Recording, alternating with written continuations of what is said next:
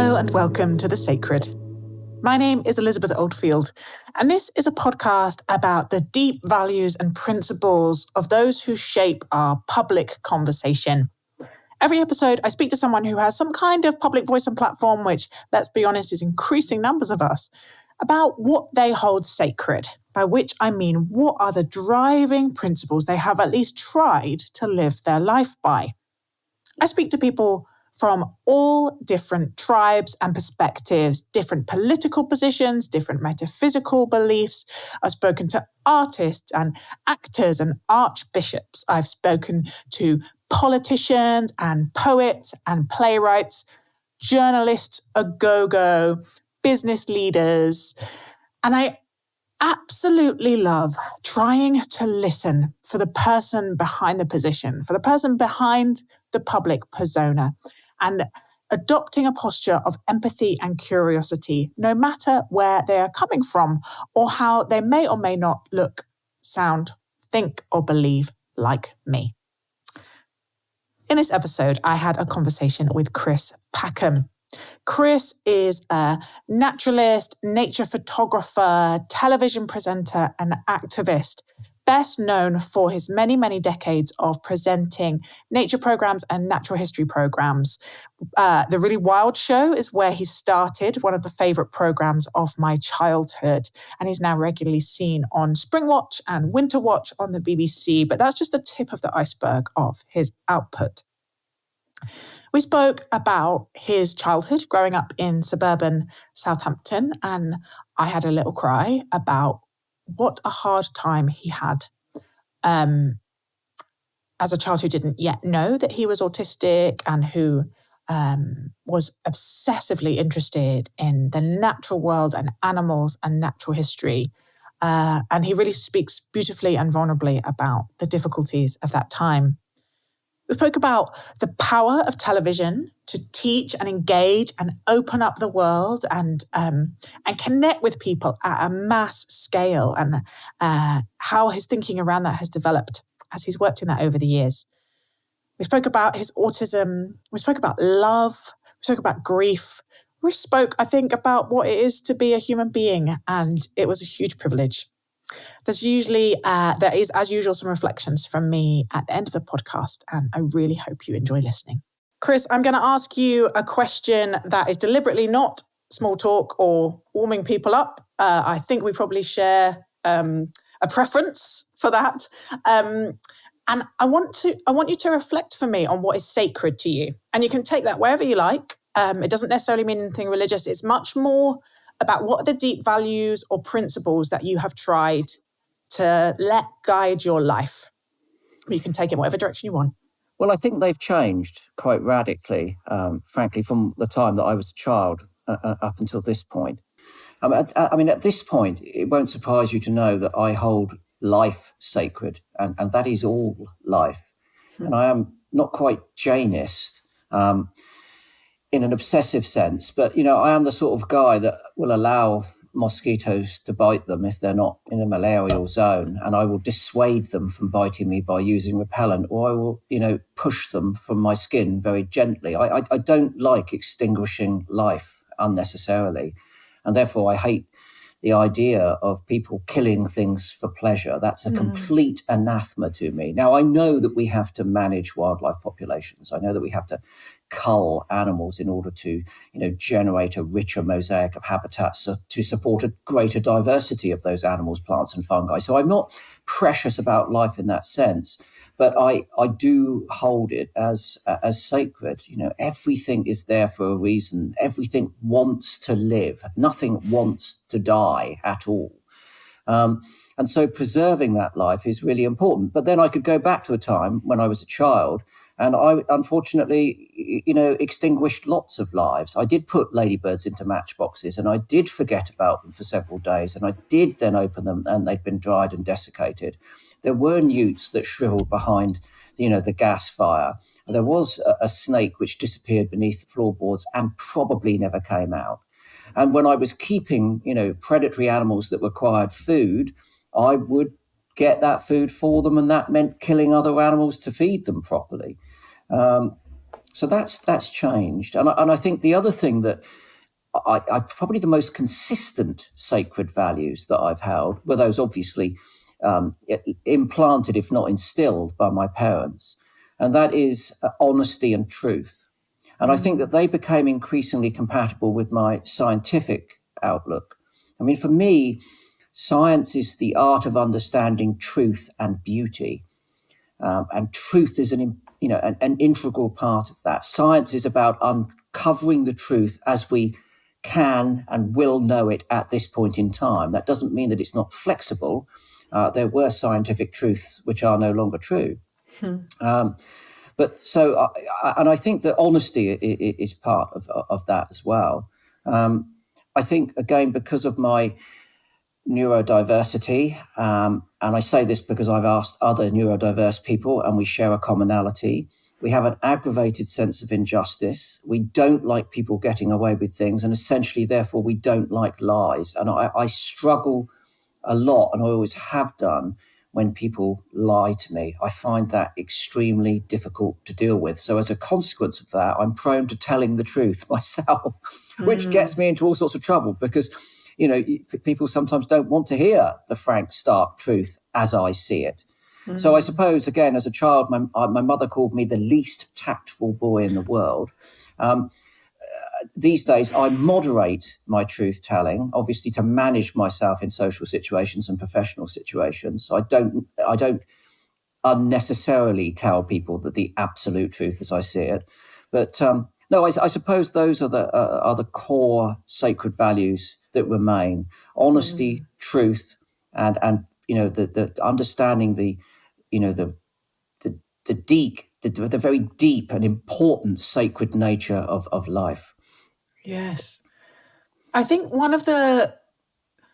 sometimes it's hard for us to know what's sacred to us, right? Well, our society doesn't encourage us to spend a lot of time in this deep reflection. We're often just spending a time sort of jumping hoops and busyness and responding to stimuli, but that these things often sort of are forced up into our consciousness at real decision points, at crunch points, at moments of moral profundity, when we have to decide whether to be loyal to them, those principles, or not, or whether to compromise. Can you think of times in your life where it's felt like, yes, I have to follow these things that are sacred to me, or maybe you haven't been able to, but you had that wrestle? I don't know. I mean, I think that I'm naturally quite an introspective person. I've always, been thinking, again, from the time that I was a child, about, who I am, where I am, what I am, and to some extent, where I've come from, what has made me that person.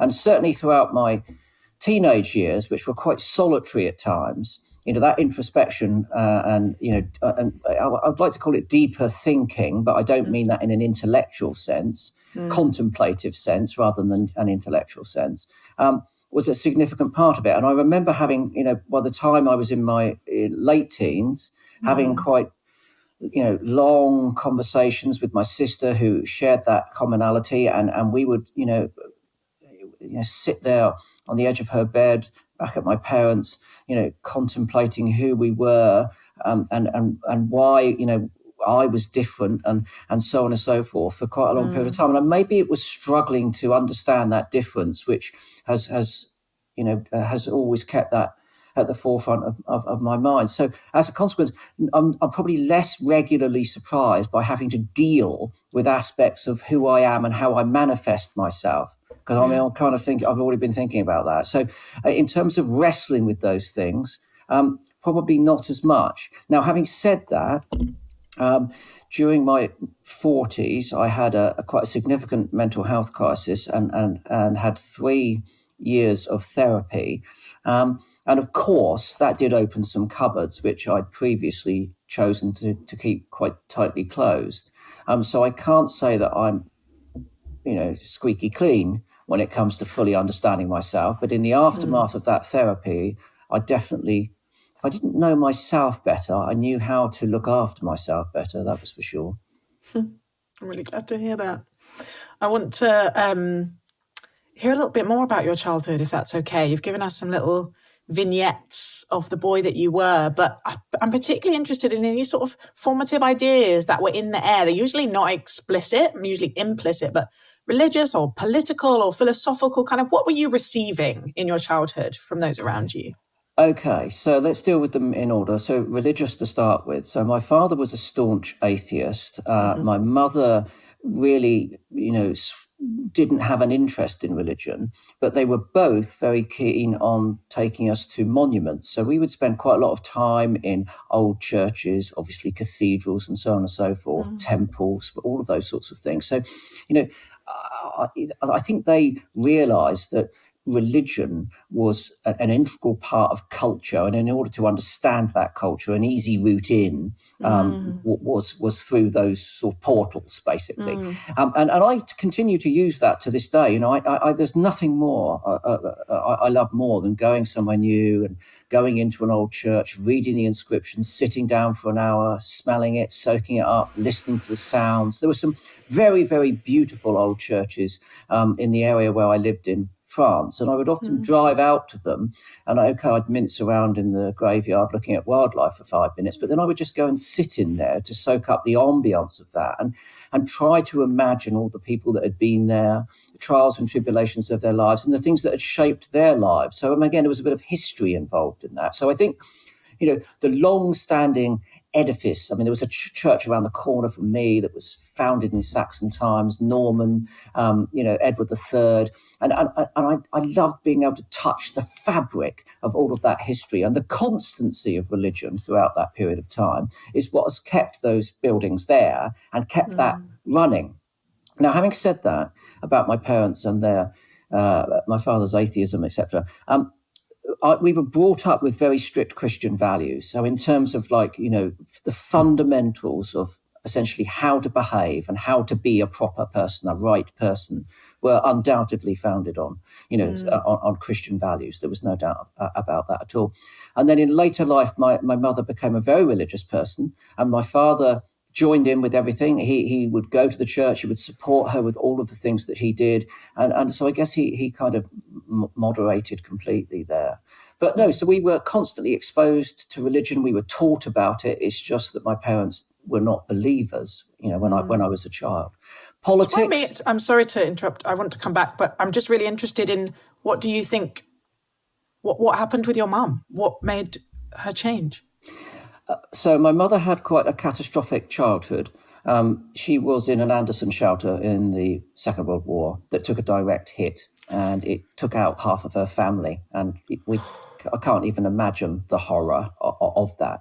And I think that and a number of other traumas left a mark. And my mother was very afraid of death. And when she reached a point in her life that her relatives and friends gradually and sadly began to die, she needed to reach out and find some security, not necessarily security in religion and the church, but in that community that was brought together around that faith. And that community and its focused faith became a very important part of her life. And again, as I say, it was a pleasure to watch my father embracing that. And obviously we all embraced it, but my dad had such fervent views that to watch them, moderate and disseminate because of his understanding of what my mother required at that point in her life was touching and joyous in many ways. I remember going to my dad would go to enormous effort to support my mother when it came to sort of church bazaars, church fairs, any of the events, and he would get fully immersed in the whole thing. And I remember on one occasion, it was a lovely sunny afternoon, and we were at the church fete and talking to everyone. And I looked over, and my mum and dad were together running some sort of quiz thing that they were doing. And my sister and I just looked at one another and just sort of nodded and sort of thought, if only he'd, seen himself, when he was ranting, as he had been like 40 years earlier, It's incredibly romantic. It was romantic, and my parents were not romantic people. I mean, not openly romantic. There was quite a lot of antagonism between them. They were two intelligent, working class people that had been denied the opportunity to further their education due to the Second World War and their lack of money and their class, basically. And so they were struggling with that throughout their lives. They were always trying to better themselves. My mother was a faddist. So one moment she'd be learning how to play the harp, the next minute she'd be teaching herself Russian. And my father would have to consume at least 4 books a week, most of them textbooks, most of them about military history or history. So for him, it was the acquisition of knowledge which gave him context that was very, very important. So they were desperate for me and my sister to progress with our academic education. They weren't pushy in that sense. They certainly weren't trying to live their lives through ours. But they were very keen, if they could, to get us beyond secondary school. And they succeeded. We both of us went on to study at university, and they were very supportive of that throughout. I mean, a key part of the relationship I had with my parents wasn't. I'm painting quite a rosy picture here. There were extreme difficulties, particularly between my mother and myself, but they were always invested in our education.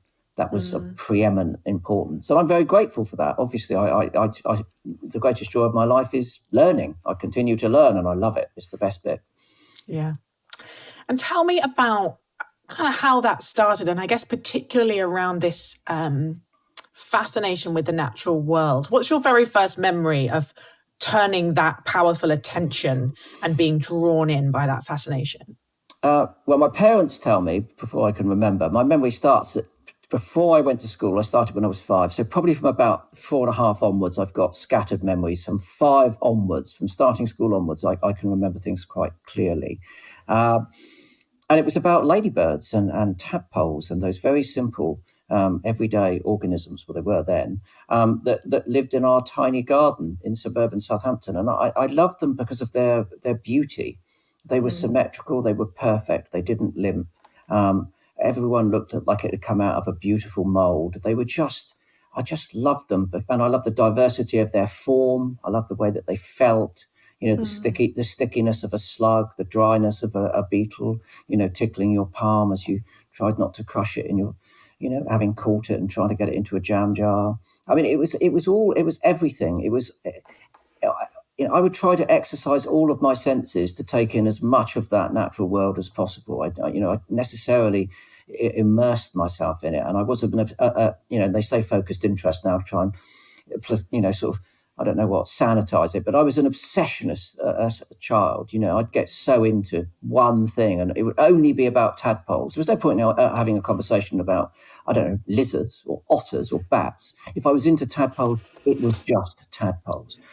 So that was quite challenging for my parents on that account, obviously. But, and it would ricochet from one thing to another. But, I mean, certainly, I was into the space race in the 60s, bearing in mind I was born in 61. So that was, the Apollo program was running at full tilt. And I was into all of that, but my focused interest was always natural history at that point in my life. And I gather it made things quite difficult socially at school? Well, the obsessional nature of it made things. I mean, I was only really interested in that. There were other aspects of the neurodiversity, which, with the benefit of hindsight, certainly made life tricky at school. I'm a very task-focused person. So before we started to speak, I have a task that I need to complete today, but I didn't start it because I knew that we were going to be speaking. It would have been uncomfortable for me to have started it and then stopped to come and do this. I'd have been itching at this point to go and get on with it. So when the bell went for the end of the lesson, it didn't necessarily work for me. If I hadn't finished the task I'd been set, then I couldn't really understand why I'd have to go and start another one somewhere else.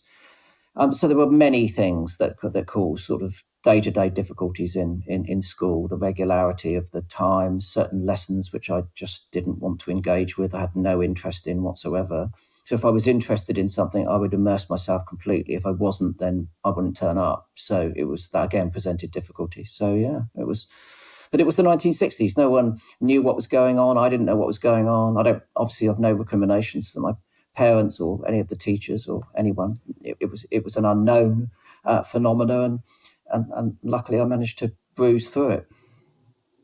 Did they know that you were bullied and excluded and really struggling? Yeah, but they came from that generation. Look, my mum had had a bomb on the shelter. My dad was, his parents had said she was evacuated after that out of the city, but my father had to stay and his house was bombed as well. I mean, they had a tough time. Mental health was not something that was ever discussed at home. Physical health, I mean, I'd have needed a leg amputated not below the knee, but at the hip to even get half a day off of school. So if anything like that happened, it was, I hate to say it, it was that generation that said, just pull yourself together and get on with it. And so sympathy about physical injuries, illness and those sorts of things was in pretty short supply. Those things were encumbrances to be overcome as rapidly as possible. And didn't, I'm not saying they didn't nurse me if I cut myself. Of course they did. But, as soon as the plaster was on, get back to doing what you were doing before. That was their attitude. And I think that was a legacy of their own upbringing, no doubt about it. Yeah. I'd love to hear about a moment that you've spoken of and written of very beautifully as meaningful, but I'm aware it might be painful. So, tell it as feels appropriate for you today. But I'd love to hear about the falcon that you nursed and that moment in your childhood and adolescence. Well, it was obviously in my early adolescence. I was obsessed with kestrels at that time. Nothing else meant anything in the entire history of... No, kestrels are a falcon. They remember the falconidae family, yeah, so they are small falcons. Of course I knew that. That's right. So I was utterly obsessed with them. They were the be-all and end-all of my universe. I had this kestrel. I was totally devoted to it. I don't remember anything else that happened in my life for that 6 months. Everything was about that one organism. And you just said, I had this. How did you get it? I took it from a nest because we'd gone through a process of applying for a license. At that point, you could apply for a Home Office license, but working class oiks from Southampton didn't get them. And again, I'd already developed a healthy mistrust or lack of respect for any sort of authority. So, if people said no, that didn't mean no as far as I was concerned, and that was, again, manifesting as trouble at school because I sometimes wouldn't do it. Well, sometimes I wouldn't do as I was told. Anyway, so my parents were a bit upset about the fact that I'd essentially broken the law. But anyway, they forgave me because, there was no way they were going to take that bird away from me. There was no question of that. So anyway, I fell in love with the bird. It became the epicenter of everything. It was the nucleus and I was the electrons that just buzzed around it with an intensity and a fury, the likes of which were incomprehensible. The whole thing was, as I say, utterly breathless. And it became ill with a disease which could now be very easily treated, but at the time couldn't, and it died. With the benefit of hindsight, I didn't know what was going on. I was always already having trouble because of the neurodiversity. Then I was having trouble because of the trauma of losing the bird. I couldn't speak. I couldn't make words come out. My parents had this thing about I had to carry on going to school. So I went to school. I couldn't speak. I got bullied even more because I couldn't, communicate to anyone. I went on for a couple of weeks. And the aftermath was all a bit of a blur as well. It was just utterly traumatic, and it obviously had a profound impact on my life. And the fact that it coincided with that whole social separation between myself and my peers, which was happening far more rapidly at that point, it had really accelerated. So the exclusion and the bullying was really ramping up. And it occurred at that point, so it just fed and fueled, and what was essentially enormous personal turmoil. Lucky to get through it, frankly. I was very lucky to get through all of that. Yeah, sorry. That's all right. I think that I do talk about it because something good has to come from it, and if I can speak about it and help other young people, particularly neurodiverse young people who may find themselves in a similar position, sat in their bedroom. There's no tunnel, let alone light at the end of any tunnel. But if I can somehow help them to realise that, there is a way, there is a path forward. You've just got to hang on and find it, then it serves a real purpose. I hate the idea of anyone else having to go through so much solitary, disconnected, abject pain, basically. Yeah. One of the places, or one of the ways you found to process or hold or release some of that pain was when you connected with punk culture. I feel like for a lot of people, it's sort of angry singers with mohawks is the only kind of mental filing. Could you say a bit more? Because I think there's a more kind of philosophical, profound posture behind it that you found helpful. I mean, there was the fashion, and obviously there was the music, and they were unified around an attitude. And it was the attitude, I think, the attitude persists in me and others from that generation. And so that was clearly what was at the core of it. It was about do it yourself. It was about not having any expectations for anyone to help you do anything if you didn't do it yourself. And it was about rebellion. It was about questioning authority, not disrespecting it, but questioning it. If there was a reason to do something, the reason needed to be understood and explained. It was about not just standing in line and doing it, but without even wondering why. And there was an enormous determination, and it was fueled by a lot of anger. We're talking about mid-70s here, and I think there were fair contrast with some aspects of the contemporary period. There was very high unemployment. I went to a huge comprehensive. I had a 5-minute careers interview, which ended with, if you don't get to go to sixth form, you could think about joining the army, the Air Force, or the Navy. That's what it was like, So there wasn't a lot of sort of prospects in material terms on the horizon. And that generation was that part of that generation was going to go and say, no, I'm going to make my own prospects, and that's what we did. So we made our own fashion. And part of that, I think the anger, and certainly what appealed to me was, I was coming to terms with the fact that I was different. I didn't know why. I didn't understand anything about that. I found it almost impossible to articulate it because I didn't understand it and I was young. But what the punk thing allowed me to do was identify physically as being different from everyone else, because I did have the black spiky hair, the studded leather jacket, and the blue brothel creepers. And so Pardon? Yeah, the brothel creepers, the 1950s, crepe-soled shoes. And brothel creepers, right? That's a whole new world of fashion terms. That's what they called them, yeah. But anyway, look, the point is that standing on the street, all of a sudden, I looked different and I felt different. So it was a way of manifesting that. And also that worked as quite a good separating mechanism because people were intimidated by that very confrontational fashion. And so they would avoid you. They'd either avoid you or beat you up.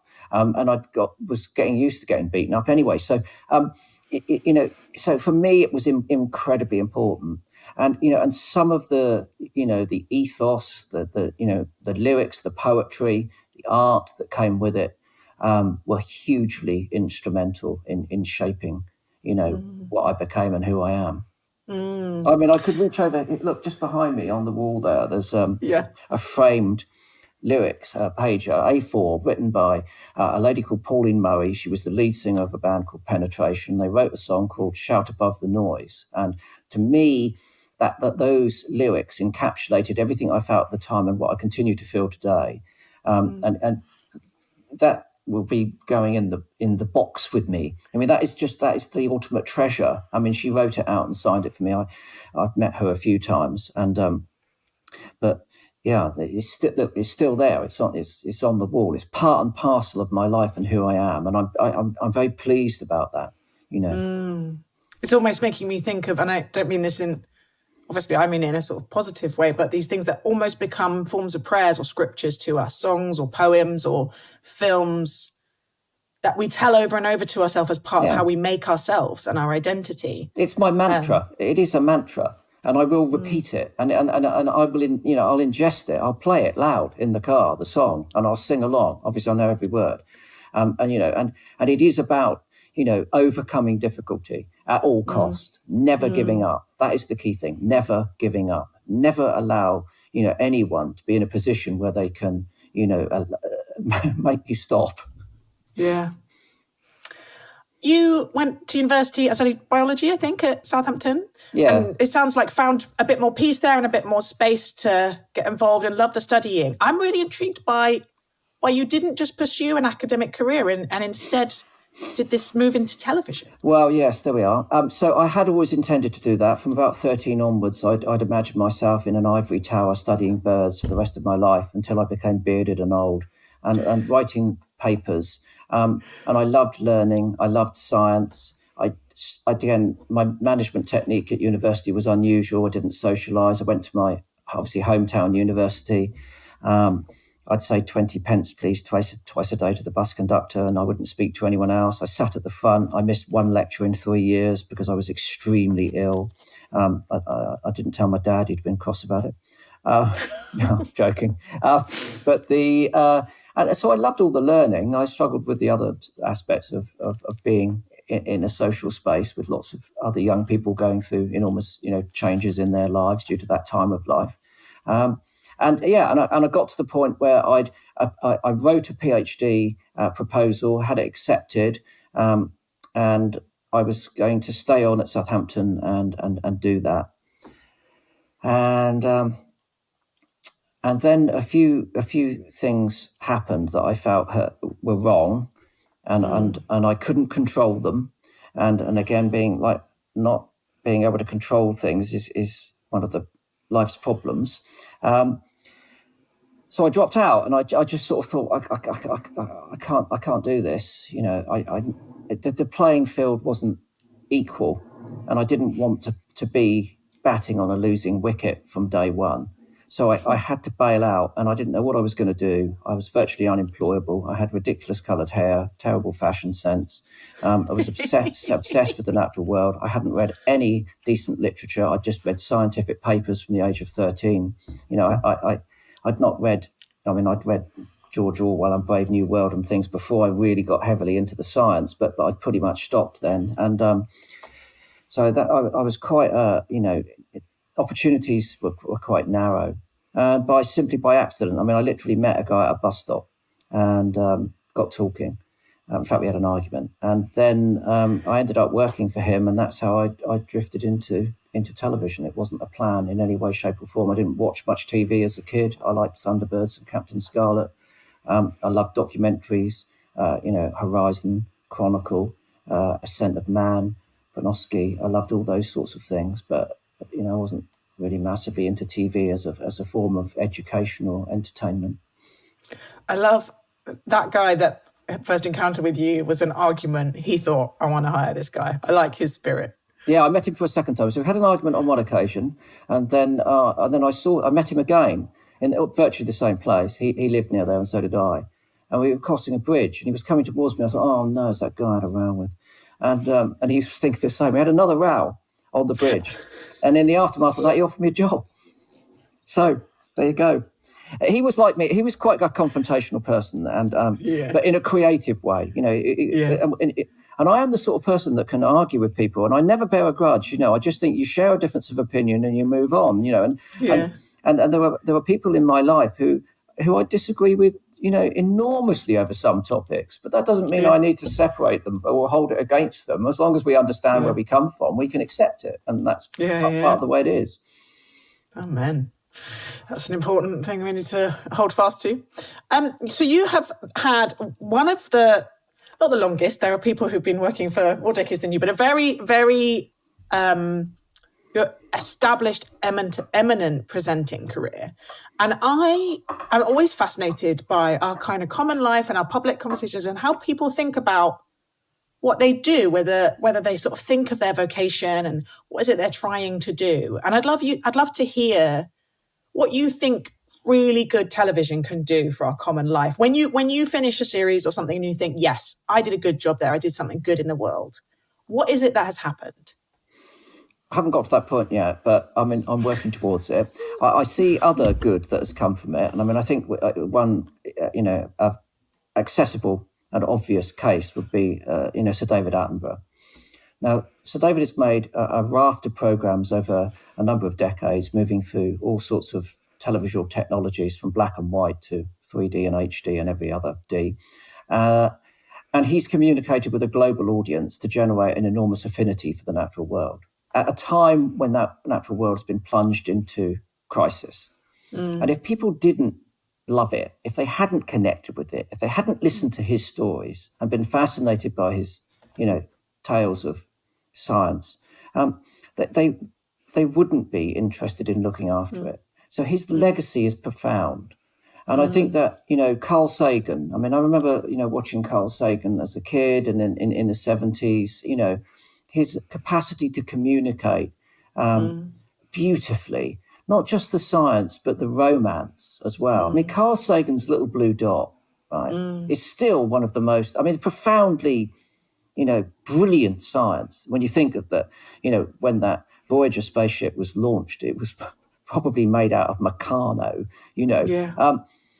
but also the romance. And I think that that's what David, and his storytelling has always added to the equation. It's not cold, hard facts. It's it's the stories, and we relate to those stories, and he's integrated them into our lives, and his legacy is extremely significant.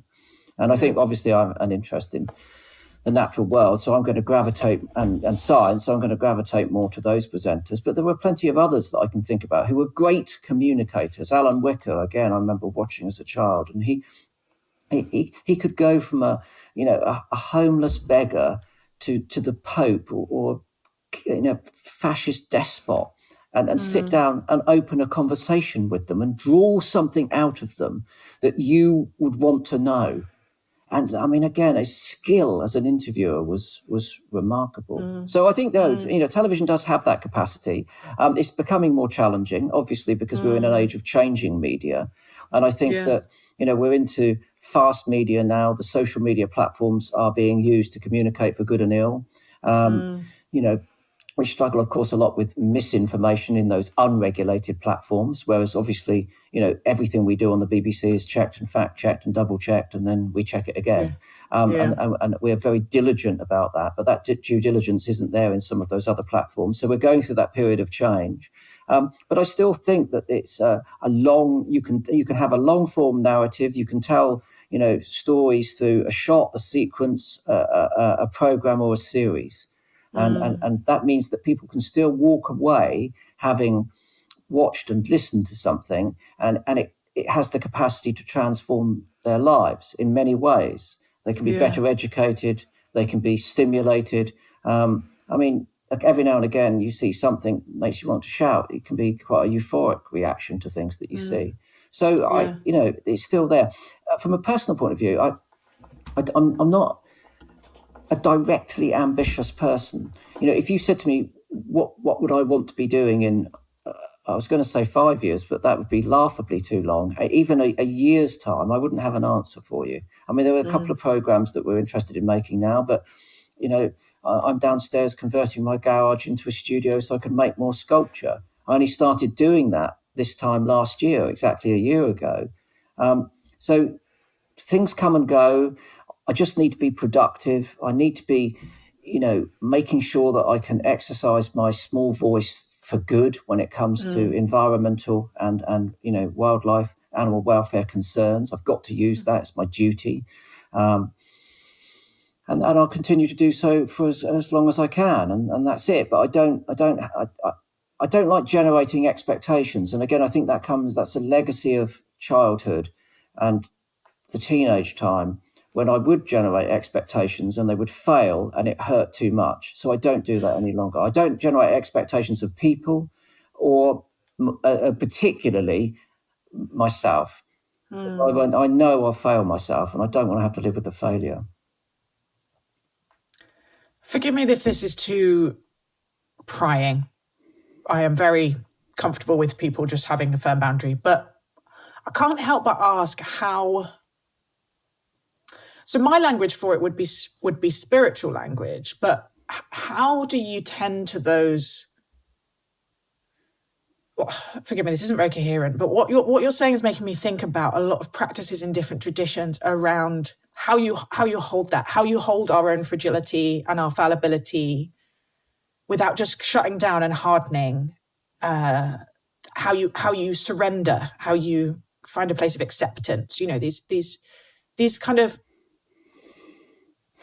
my friend Casper calls them spiritual technologies, but you know, they show up in the recovery movement, they show up in therapy. My shorthand would be, what have you found that helps you tend to your soul as you learn about yourself and you learn about the world, and what helps you live well? But you can completely reject the spiritual language if that feels like an imposition. I like the spiritual language. I think, firstly, I don't need a solution. I don't expect not to have a troubled soul. You know, I don't need to be working to a point where I'm comfortable or content. I think that if anything, I fear comfort and contentment.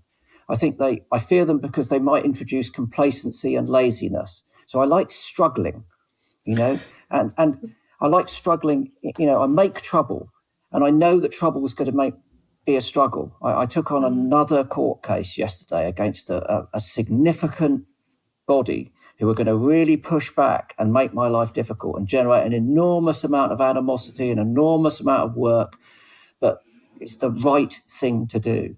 So I know at this point that is going to make life more difficult, but I don't fear that. I suppose I'm not looking for a conclusion, and I'm certainly not looking for. I mean, I need some respite and solace, and I get that on a superficial day-to-day way with, you know, walking my dogs in the woods. You know, it's good for my mental health. I've been there this morning. I've been out. I've had a sniff about. So have they. We enjoy each other's company. We're on our own. I always like to walk on my own. So I've been out for an hour and a half on my own in the woods. Can't think of anything finer, to be honest with you. That's great. But when I get back, I'm quite happy to jump straight back into the frying pan or the cauldron. So I don't know. I think that I'm not on that sort of journey where I see an end point, and also I don't expect to be able to reach that point of, like, as you say, soulful rest. Yeah, and it makes a lot of sense of your. And I'm really mean this as a compliment, like scrappy do energy, that you've had this kind of like, from the punk, from the campaigning, from the conversations about climate, from arguing with a guy at a bus stop and on a bridge, you know, that feels normal and livable to you in a way that it might not for people who have lower tolerance for conflict or are trying to find a sort of inner tranquility. You sometimes talked about and you've used this phrase, forgive me if it's the wrong language, but your form of autism being maybe related to this, and seeing that and you've talked about Greta Thunberg and other. When did you come to sort of be able to connect the dots with those things? This kind of justice-seeking activist energy in you, and the fact that you're autistic. So I think I became aware of the existence of autism at some point in the early 90s, or mid-90s, early to mid-90s. I had partners who were nurses in the medical profession, and one of them was on part of a course, and she was learning about autism, and she came home and she said, well, this is a bit like you, isn't it? And you do this and you say that and you've done that. And then I found a letter years ago that I'd written to her but not posted, and it was a list of traits which matched the criteria which she was studying. But I didn't really do much with it. I'd already come up with a sort of a crude management plan that allowed me to blunder through life, and I blundered through those relationships and destroyed most of them. But I was still, it was a roller coaster, but it was generally moving in a direction, not necessarily the right direction, but it was moving. It hadn't ground to a standstill in a siding somewhere. And so I suppose the energy just kept me going, and I'd learned, a few things that I should and shouldn't do to get me through my professional life. and to some extent my sort of personal social life. But then I didn't get the diagnosis until after that period of therapy, and that was part of the conclusion, really. And at the time, I didn't think it was very valuable because I'd kind of already figured it out, and I was 40-something, But with the benefit of hindsight, which is a phrase I've used 3 times, it was useful, and I think it's given me more confidence to actually outwardly acknowledge who I am. People that I only know a couple of people that I've known since I've had the diagnosis, in the sense that I still speak to them and see them. And to sort of move through those things quite quickly. But they say to me, "No, you've changed. You'll tell people now. You'll ask them directly to do things that will be of a benefit to you and them, and it will make your life more compatible and more productive and more efficient. Whereas in the past, you would have tried to have coaxed those things and tried to make them happen, sometimes clumsily, and they would have failed, and then things would have gone awry. Whereas now I just put the cards straight on the table. So I think that's empowering, and that's been useful. But in terms of acquainting that to the outward attitude, I think there is definitely a relationship between the two, and I think I see that because I do meet other people who have my, as you say it, form of autism. And we're like that. We're fighters, and we are affronted by injustice, and we feel a compunction to tell the truth as we see it, and we won't back down, and we're not terribly good at compromising that truth. And so we're fighters, because you have to fight if you're not going to compromise. And Greta is one, and there are a couple of other people I know, probably better not name, but and they're we're all very similar in that regard, I live in a very, very tiny intentional community. And one of the questions we ask each other is, how can I love you well? Which is a shorthand for, tell me what you need. Tell me how you need me to communicate, or tell me how I can help in this moment. It's really different for other people. And I think we tend to assume that other people want what we want when they often don't. And we've never met in person, and it would be very, very presumptuous of me to say, Chris Packham, tell me how I can love you well.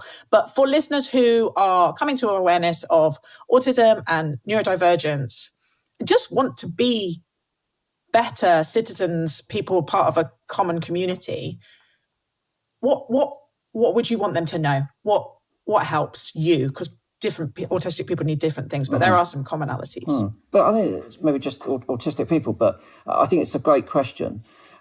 Because I think the way that we understand, manifest, and manage love is pretty fundamental to who we are, really.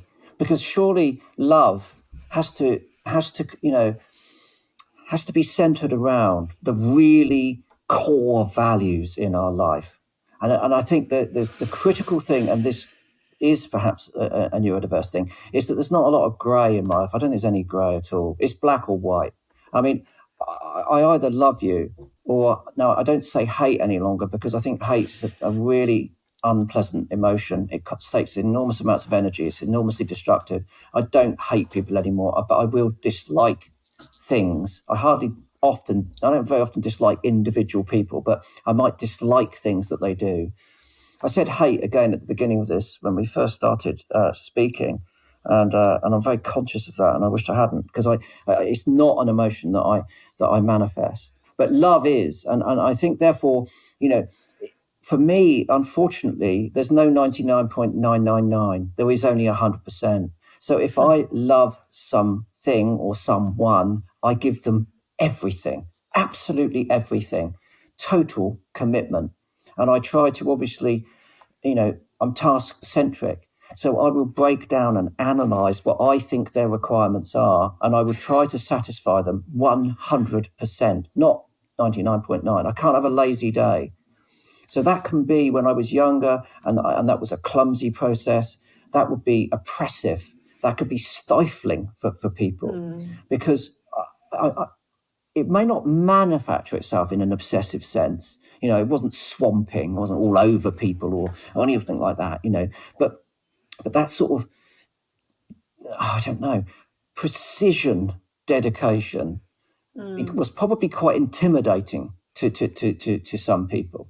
And I think that, what you get is a total commitment. And now this goes back to the kestrel. I gave all of that to that bird, and the relationship failed. It died. I've given all of that to my dogs. They've died. One catastrophically, the others of old age. I've given it to other relationships with people, and those relationships have failed. So that's always come at a terrible cost, because it's not 99.9. There's nothing left. When it goes, everything is gone. You haven't. There's nothing been retained. There's nothing left there to hang on to. There's not a little bit to give something or someone else. It's all just gone. And that's why I think, again, and that probably is closely related to the neurodiversity.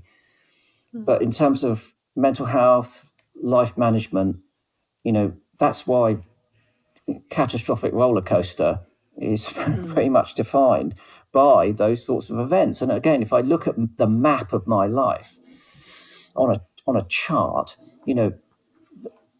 most of the catastrophes are centered around the loss of my companion animals. No, firstly the poodle, and then the kestrel, and then my dogs, poodles. Because I've been ill-equipped to be able to deal with that immediate, total loss of love, and with nowhere for it to go. The vehicle, the vessel that I was constantly filling has suddenly gone. What do I do with it? There's nowhere for it to go, and it's not generic love. It's not. I can't just throw it over the fence and it will love something else. It was very focused on those individuals. So, that can be a problem. And in terms of, like you were saying, okay, your question is how do you love someone like me? Well, then I'd have to go to my partner Charlotte, and her approach is very considered. So I remember her joining groups of women who were living with autistic partners, and she would communicate with them. I mean, she sat downstairs studying psychology. She is one of those people that researches things, thinks about things deeply, tries to absorb and utilize those bits which can be of value at that point in time. So although she's not a scientist and she doesn't approach things in a scientific way, she approaches them in a very clever, contemplative way. And I'm very fortunate that she's taken that approach to, managing our relationship as best she can. Of course, every now and again, I put a spanner in the works, but she's prepared for those spanners in the main. I'm not saying that it goes, it's always right. And most of the problems I think are generated by my slips, where I get lazy and I forget and I do something wrong. And again, I'm quite harsh in that regard. I've got to be harsh because it's just black or white, So sometimes if you're looking for the other tone, either the black or the white, and it's not there, that can seem quite harsh to people. Yeah. It's such a privilege to talk to you, Chris. I feel like I did not expect to come into this interview and have love be such a big theme. The love of your dad for your mum, Charlotte's love, your love for your bird and your dogs. And it's really interesting to me because in lots of ways we're extremely different. I have too much grey. I can always see all the points of view. I lean humanities. I am not detail oriented. I am people focused, not task focused.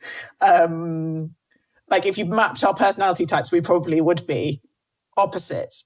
But because we've been able to encounter each other at vulnerable human, curious, open, not in threat, not in the differences are a problem, that they mean that one of us is right and one of us is wrong, that we have to defend ourselves or we have to argue for ourselves. We've been able, on a Zoom podcast conversation, we're not soulmates, but, it has felt human and natural. What I'm building up to is I feel like we're losing that skill. It's easy to see difference as threat, divergence as, we talk about neurodivergence as like difference as deficit, or difference as a problem and hardening into our tribes, hardening into our perspectives, political or religious or whatever it is. What have you learned as you've communicated about neurodivergence? You've communicated about climate, one of those most triggering and difficult and, wicked problems to talk about without everyone getting very tense very quickly. What helps us keep seeing each other as fully human? Kindness, I think. I think that in order, I always say to people, look, in order to solve our problems, environmental, we've got to transition. We can't just switch off. We're going to need to move in as rapidly as possible, a rapid transition, one hopes. But, and not everyone is going to jump at the same time, and not everyone is going to run at the same pace. So in order for that transition to work, we need to be tolerant of one another. And in order to be tolerant, you've got to be patient. And in order to be patient, you've got to be kind. So the division that you've spoken of, the polarization which blights our life now, it is so destructive. Like I said, I don't hate Donald Trump. I don't hate the chief execs of BP and Shell.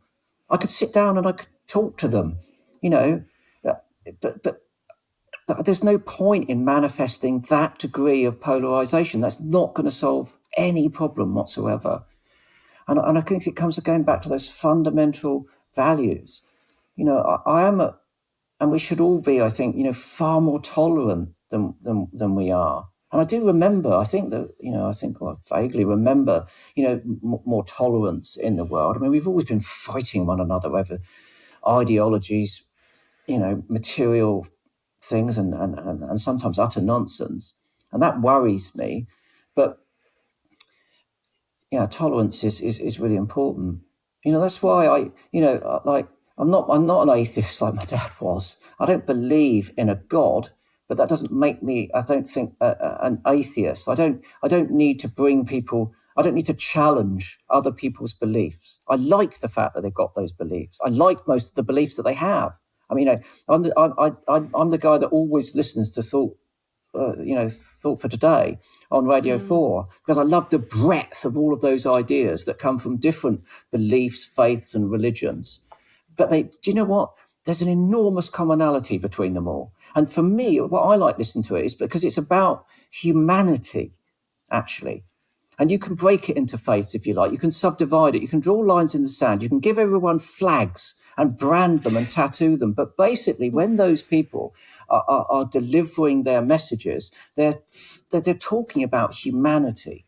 And humanity is broad and diverse. And therefore, in order to basically love people, love humanity, you've got to be tolerant. And that's fundamental. We've got to be able to fight for that right to be tolerant, which is, again, we're compromising the right to protest in the UK now. We're tightening the laws on protesting.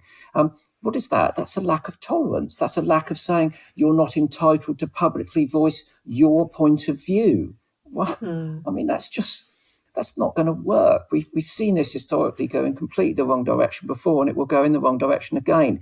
So I think that one of the core strengths of religions, as I understand them, is that they're centered around humanity and us as a conscious organism, and the way that we manufacture that conscience and have to exercise it and satisfy it and interact with others' consciousness. And that's quite a complex thing, and people have gone in different directions in order to, come to their, their belief structure. But ultimately, I just see, I don't see much difference in the messaging when you really distill it. And I love all that messaging. It's not going to make me a religious person, but I have enormous respect for those people, again, who've got the courage. They've got the courage to put that whole, everything that means everything, their life thoughts, their work, the processes that they've come up with, they're prepared to lay them out in front of you for you to judge, take, reject. Yeah. You've got to admire that, whatever view you might have of it. Yeah. Chris Packham, I cannot express what a privilege it has been to speak to you for the sacred. Thank you. Well, what a lovely and thoughtful man. I was expecting someone scrappier.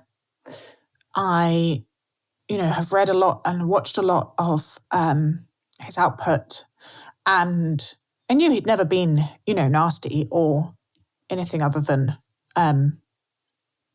decent. But that punk persona and that campaigning persona, and as he said, someone who is quite black and white and truth-telling, didn't expect him to be so gentle. I didn't expect just that level of raw vulnerability, which I think can't help but make you feel hugely tender towards someone. And I asked him about, moments when his sacred values became obvious on the surface. But even as I was asking, I thought, I don't think this is right for you. I think you're one of the most kind of morally thought out, morally rigorous people that I've met. That this is not, what are the deep principles you're trying to live by? What is the kind of life that you're trying to live in? It's not a question like it is for many of us that only surfaces, when we have the mental space, or when we go away from things, or when we retreat, or at moments of kind of crisis and reflection, big birthdays or bereavements. I think for Chris, it's been front and center from very early days, I guess, partly because he had to define himself in opposition to a world that wasn't hugely welcoming to him. I have really loved learning about punk. It makes just a lot more sense to me as a kind of, yes, rebellion, and yes, questioning authority, but also the sort of homemadeness of it. It's really connecting up now with zine culture. We've also had Clementine Morrigan on this series, and one of the things she talks about is being a punk. And I think there is a kind of resurgence of interest in that culture of making your own things, pursuing your creativity, building your own communities. That can-do attitude, and learning to be comfortable with people not really understanding you, or maybe even being a bit scared of you or hostile towards you. It's making me think that when I see someone who is expressing in their body that kind of those alternative choices around hair and clothes and whatever, what's going on? What's going on with them? What led them to want to be walking in the world as that kind of statement? What is it that style choice is helping them with? It's a lovely story about his mum and dad.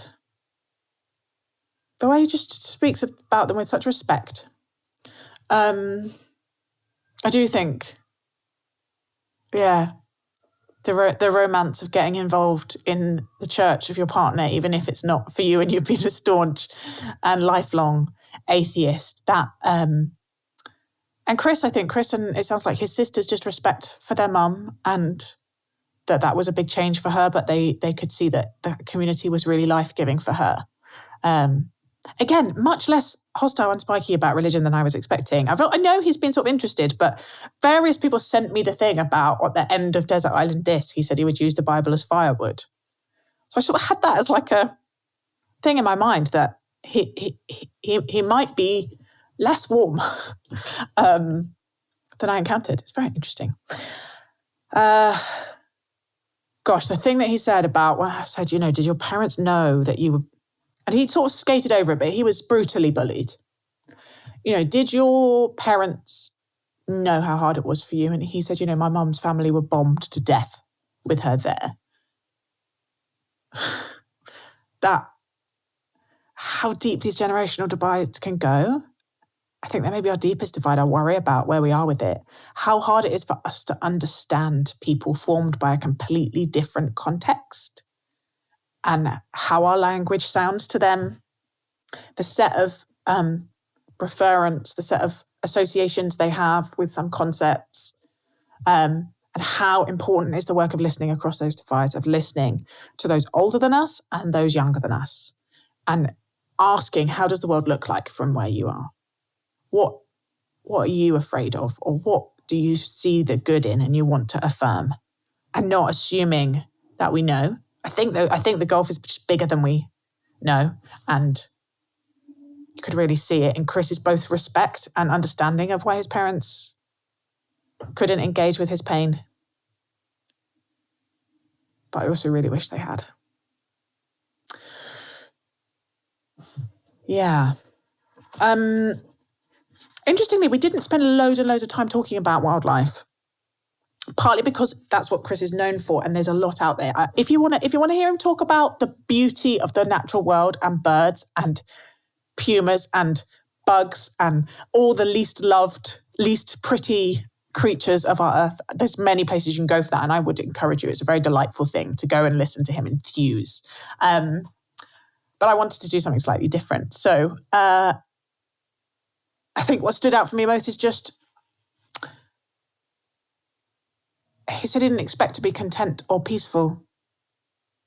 And that is a thing that comes up again as you get to know him a little bit, that life has been a struggle. There has been quite a lot of darkness and a lot of loneliness and a lot of trying to channel that into doing good in the world and fighting injustice where he sees it and standing up for the planet and for autistic people, various other things. So I both feel sort of sad and something in me reacts against his kind of like, I just don't expect to be peaceful, don't expect to be content. But also there's a real dignity in it and a real sort of self-understanding.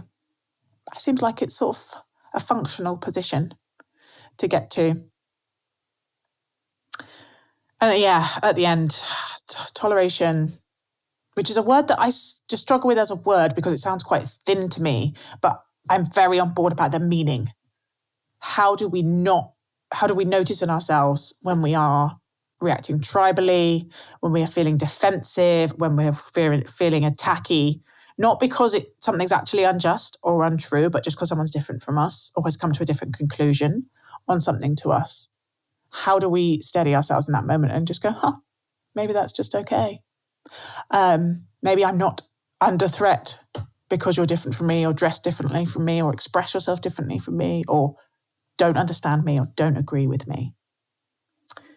And finally, I'm thinking about how do we welcome the challenges? Like, I imagine that for a long time, Chris was really difficult to work with. Like someone who has extremely high standards, extremely strong work ethic,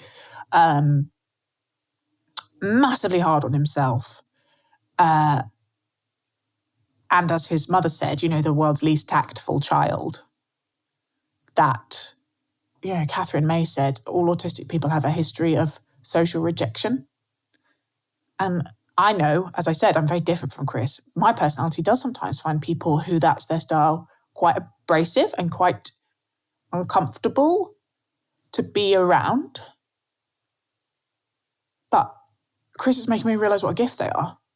What a gift. What a beautiful and powerful approach to life that we need as well as my more, grey zones and wishy-washy, ameliorative, diplomatic approach. Yeah. What privilege. I love that. Thank you so much for listening to this episode of The Sacred. My name is Elizabeth Oldfield, and you've heard an interview with Chris Packham.